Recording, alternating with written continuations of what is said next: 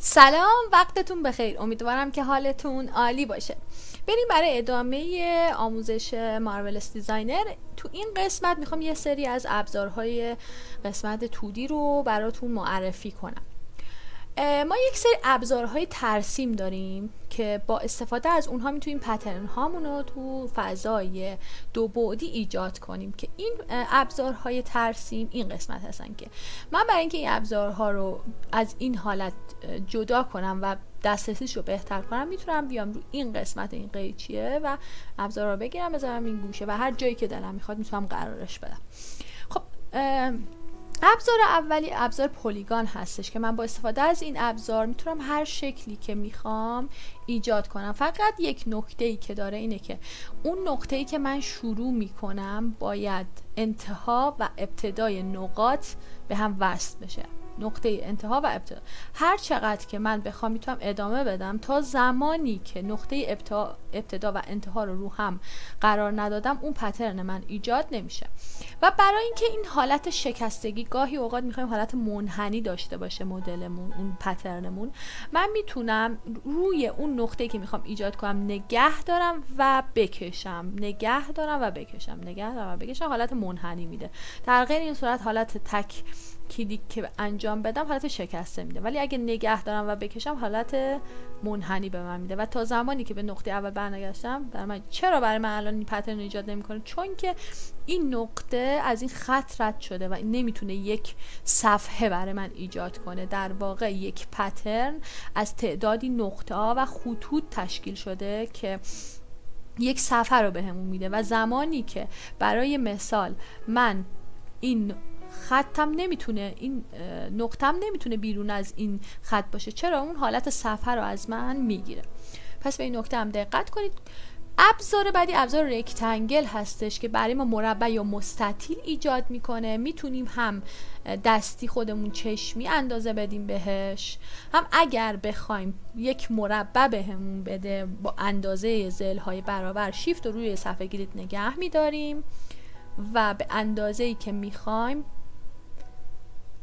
تو اون حالت نگه میداریم و ول میکنیم، یک مربع میده. حالا میخوایم مربع یا مستطیلمون با اندازه هایی که ما ایجاد بشه. روی یه قسمت از صفحمون کلیک چپ میکنیم، یک پنجره بهمون میده. تو این پنجره من میتونم طول و عرض مربع رو تعیین کنم. اگر این قفل روشن باشه من هر عددی که بالا بدم همون عدد پایین داده میشه که میتونم مربع ایجاد کنم.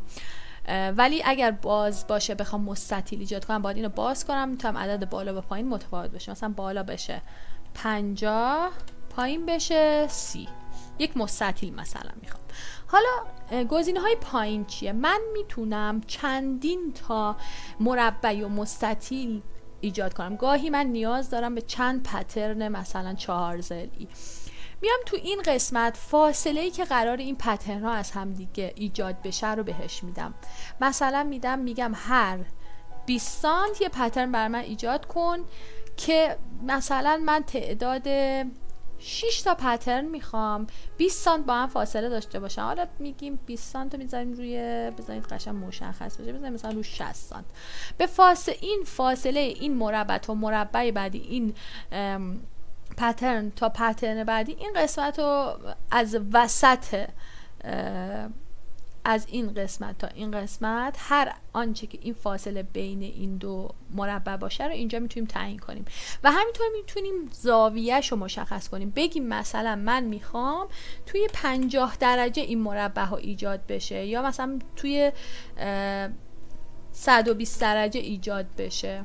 میتونیم بهش زاویه هم بدیم که همونطور که میبینید فاصله وسط این مربع، مرکز این مربع تا مربع بعدی الان اینجا 60. من الان 60 میذارم مثلا روی 80. ببینید فاصلش با هم کمتر شد. مثلا میخوام تعدادشو بزنم مثلا روی 4 یا تعداد بیشتر یا کم. اوکی بزنم برای من ایجاد میکنه. پس من میتونم با استفاده از این موارد بیام مربع و مستطیل هام ایجاد کنم. طوری که میبینی هر آنچه که من تو قسمت دو بعدی ایجاد میکنم در قسمت سه بعدی هم برای من ایجاد میشه. ابزار بعدی ابزار الیپس هستش که این ابزار همونطور که از اسمش مشخصه ما میتونیم با استفاده از این ابزار بیضی و دایره ایجاد کنیم. برای اینکه حالا اگر چشمی بخوایم ایجاد کنیم، برای اینکه بهمون دایره بده شیفت رو نگه می‌داریم و یک دایره بهمون تحویل میده تو اندازه‌های مختلف، میتونیم این دایره رو ترسیم کنیم توی زاویه‌های مختلف و اگر شیفت رو برداریم و همینطور عادی بکشیم میتونیم حالت بیضیمون و سایزش رو مشخص کنیم. و اگر بخوام با یک اندازه مشخص من دایره ایجاد کنم، روی صفحه کلیک چپ میکنم، یک پنجره به من میده. از این پنجره من میتونم از این قسمت بهش شعاع بدم. همونطور که گفتم اگه این قفل روشن باشه، هر آنچه که من پایین عدد میدم بالا هم قفل رو روشن کنم، مجدد امتحان کنم، هر آنچه که بالا میدم پایین هم باید همون باشه. 20 مثلا من میخوام 20 در 20 بشه، به شعاع 20 در 20 یک دایره میخوام، یا نه من میخوام نه از به حالت قفل برمیگردم، مثلا میخوام یک بیضی 60 در مثلا 70 با شعاع 60 در 70 این بیضیه رو من ایجاد کنم. یا نه میخوام بهش قطر بدم، میتونم از طریق قطر اون دایره یا بیضی رو ایجاد کنم و همچنین از طریق با استفاده از محیط، یعنی دور تا دور دایره یا بیضیمو داشته باشم که با استفاده از محیط فقط میتونیم دایره ایجاد کنیم. مثلا میخوایم بگیم یک دایره میخوایم با محیط 300 یا یک بیضی میخوام با محیط 300. خب و همچنین تو قسمت پایین مثل قسمتی که مربوط به رکتنگل بود میتونم بهش تعداد معرفی کنم، میتونم بهش زاویه بدم و میتونم برای این مربع هایی که داره، دایره هایی که داره ایجاد میشه، میتونم فاصله براش تعیین کنم. الان مثلا فاصله رو من بذارم 120 به همین منوال. خب این ابزارهای ترسیم بودن که ما با استفاده از این ابزارها میتونیم پترن هامون رو ایجاد کنیم. ابزارهای بعدیمون ابزارهای ادیت هستن که تو این قسمت داریمشون. من جدا کنم بیارم اینجا در موردشون توضیح بدم. اولین ابزار ادیت پترن هست که ما با استفاده از این ابزار میتونیم نقاط و خطوطی که روی مدلمون داریم رو ادیت کنیم، تغییر بدیم، حرکت بدیم.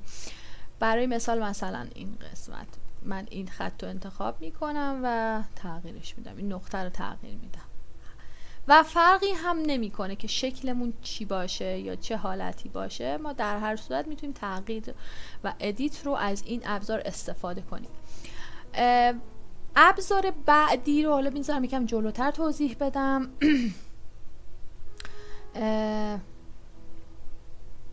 ابزار بعدی از ابزار ادیت کروچر هستش که من برای اینکه توی قسمت های از کارم، از پترنم که خطوط صاف دارم بخوایم تبدیل به منحنیش کنم، از این ابزار استفاده میکنم که همینطور میبینید روی اون خطوط، روی اون خطی که میخوام کلیک میکنم و به اون سمتی که میخوام میکشمش و ابزار هم اون خطم رو میام تبدیل به خط منحنی میکنم. و برای زمانی که من بخوام مثلا این خطوط رو ادیت کنم، بعد از اینکه ایجادش کردم میتونم از ادیت پترن استفاده کنم، رو اون خط منحنی کلیک کنم، یه 2 تا اهرم به من میده. من با استفاده از این اهرم ها میتونم هر شکلی که میخوام به این منحنی بدم. ابزار بعدی که ازش استفاده میکنیم اد پوینت هستش که اد پوینت روی خط یا خطوطی که ما میخوایم نقطه ایجاد میکنه.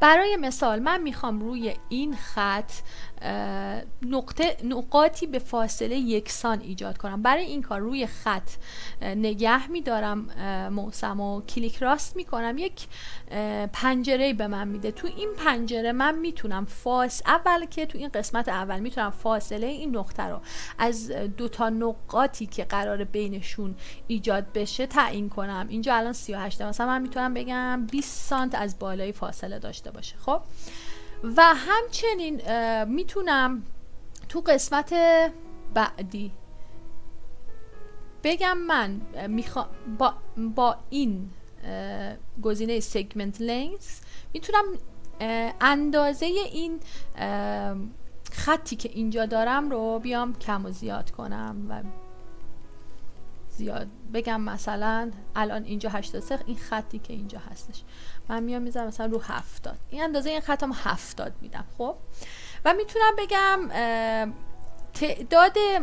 اینجا تعداد نقاط رو ایجاد کنم. خب حالا بیایم یک نکته خیلی مهم تو این قسمت که میخوام خطم رو به تعداد موازی به تعداد مساوی به نقاطی تقسیم کنم، در واقع به خطوط کوچیکتر تقسیم کنم. میام تو این قسمت اون تعداد نقاطی که میخوام رو به خطم میدم. برای مثال من میگم میخوام 7 تا نقطه رو این خط ایجاد بشه اما فاصله هاش با هم یکسان باشه. از این قسمت میتونم انجامش بدم. خب ابزار بعدی که اینجا میتونیم در موردش صحبت کنیم، البته ابزارهایی که بیشتر استفاده میشن همین هایی که گفتم. حالا بقیه هم یه توضیح کوتاه در موردش میدم.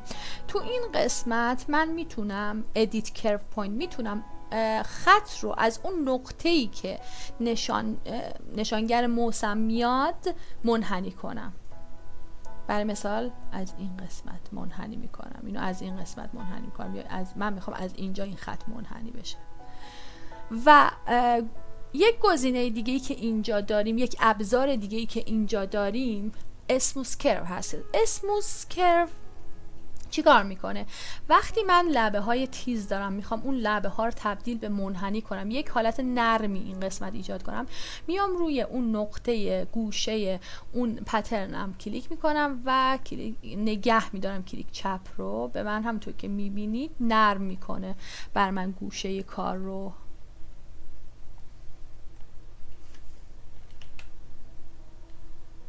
همینطور که میبینید. حالا من میخوام این حالت منحنی یک اندازه یکسانی باشه. روی نقطه کلیک چپ رو نگه میدارم میکشم و همزمان کلیک راست رو میگیرم.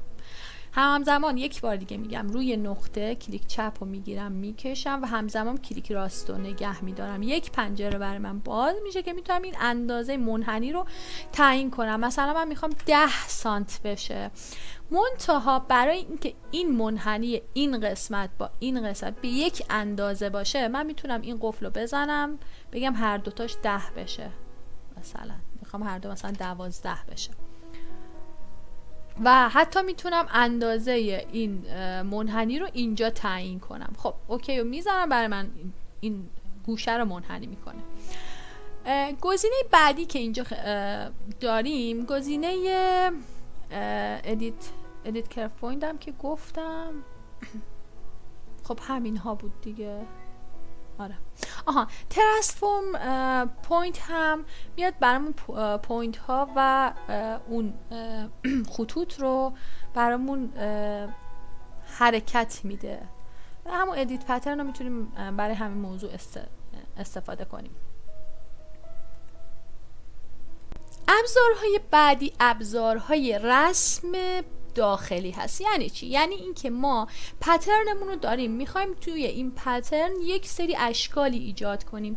ما میتونیم با استفاده از این ابزارها این کار رو انجام بدیم. یه جوره شبیه ابزارهای اصلی رسممون هست که همون کارها رو توی پترنمون میتونیم ایجاد کنیم. برای مثال اینترنال پلیگون وقتی انتخابش میکنیم ما میتونیم خودمون یه طرحی بدیم به اون طرحی که میخوایم و ایجاد کنیم. یه سری خطوط داخلی با اون طرحی که ما میخوایم ایجاد میکنه توی پترنمون که میتونیم روی این خب ادیت کنیم، یه سری کارها انجام بدیم که تو آموزش‌های آینده کاربردهاشو حتما میبینید.